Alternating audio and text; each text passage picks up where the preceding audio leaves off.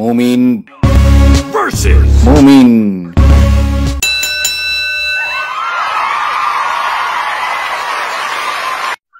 আচ্ছা, আমার যতটুকু আপনাকে সাথে 2 মিনিট কথা বলে মনে হলো, আপনি আমার এই প্রশ্নটা মোটেও দিচ্ছেন না। আমি তাহলে প্রশ্নটা আমি আরেকবার করি, যদি আপনি বুঝতে পারেন, আপনার আকলে যদি ধরে আপনি তাহলে আমাকে 50। তানভীর ভাই শরীফ ভাইকে প্রশ্নটা স্পষ্ট করার জন্য আবার সুযোগ দেই আমরা। আপনি আবার বলেন।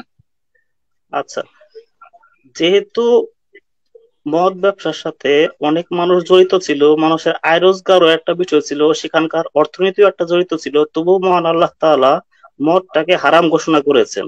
কিন্তু মালাকাত যেটা আছে সেখানটাতে মানুষের অধিকারটা সংরক্ষিত হয় না। একজন মানুষ কখনোই স্বাধীনভাবে কারো অধীনস্থ অবস্থায় স্বাধীন জীবনযাপন করতে পারে না। আচ্ছা, তাহলে আপনার কাছে কেন মনে হচ্ছে না যে দাসপ্রথাটা ইসলামে নিষিদ্ধ করা হলে মুমিন ভাইদের জন্য নাস্তিকদেরকে জবাব দিতে সুবিধা হতো?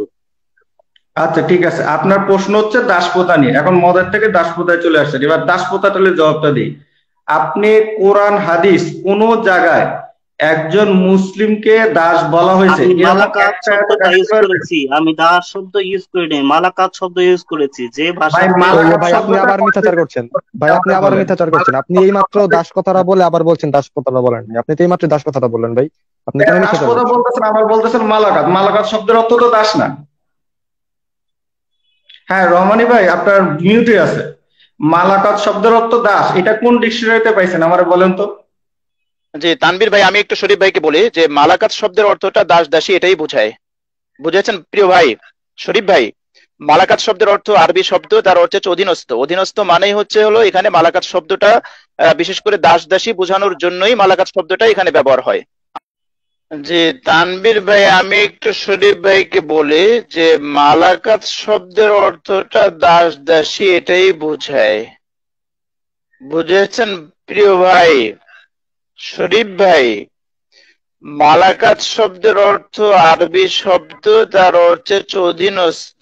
অধীনস্থ মানেই হলো এখানে মালাকাত শব্দটা বিশেষ করে দাস দাসী বোঝানোর জন্যই মালাকাত শব্দটা এখানে ব্যবহার হয়।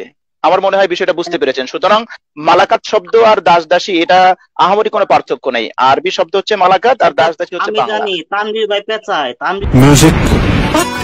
মান করে যাস না চলে ওরে আমার রাধা, মান করে যাস না চলে ওরে আমার রাধা, কদম গাছে লুকিয়ে আছে কানু হারাম জাদা, ওরে তুই চলে না যাইও, ওরে তুই চলে না যাইও, ওরে তুই চলে না যাই।